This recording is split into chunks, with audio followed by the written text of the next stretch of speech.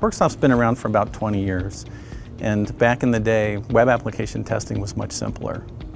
HTML was very structured, static HTML, static applications, mostly form-based, and so input fields were standard tags, combo boxes were standard tags. Everyone knew how to test those things. And at the time, Internet Explorer was king, so there was really only one browser that we needed to support. So we built specifically an engine that we called our IE engines for doing Internet Explorer work. When we ran into challenges with different kinds of applications, we would have a developer go and write new code and add that to the IE engine and distribute that.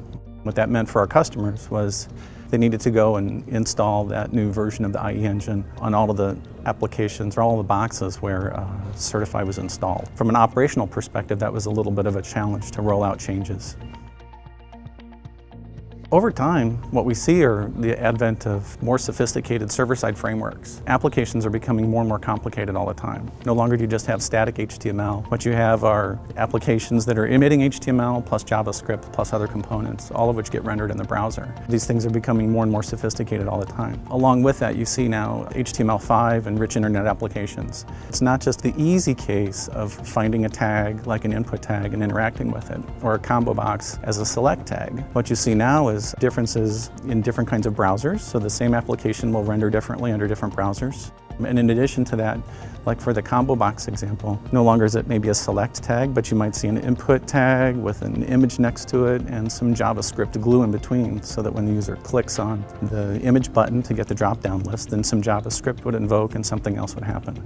You see this kind of complexity throughout all of the web applications that are surfacing. On our side, what we've done is we've gone and built a cross-browser engine so that we have some common capability or framework that's consistent across the different kinds of browsers that we support. No longer is it just for Internet Explorer, now it's for Chrome and for Firefox as well.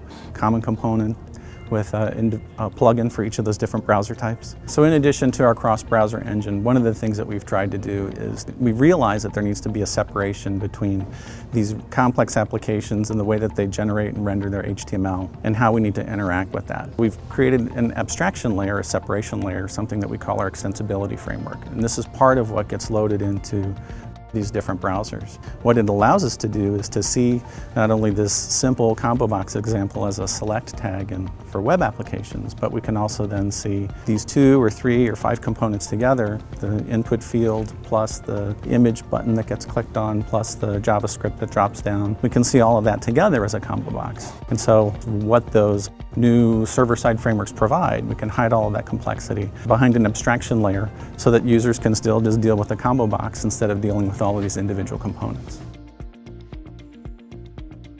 Accelerate the rate of change for mission-critical applications. Limit risks. Go farther, faster with the Worksoft automation platform.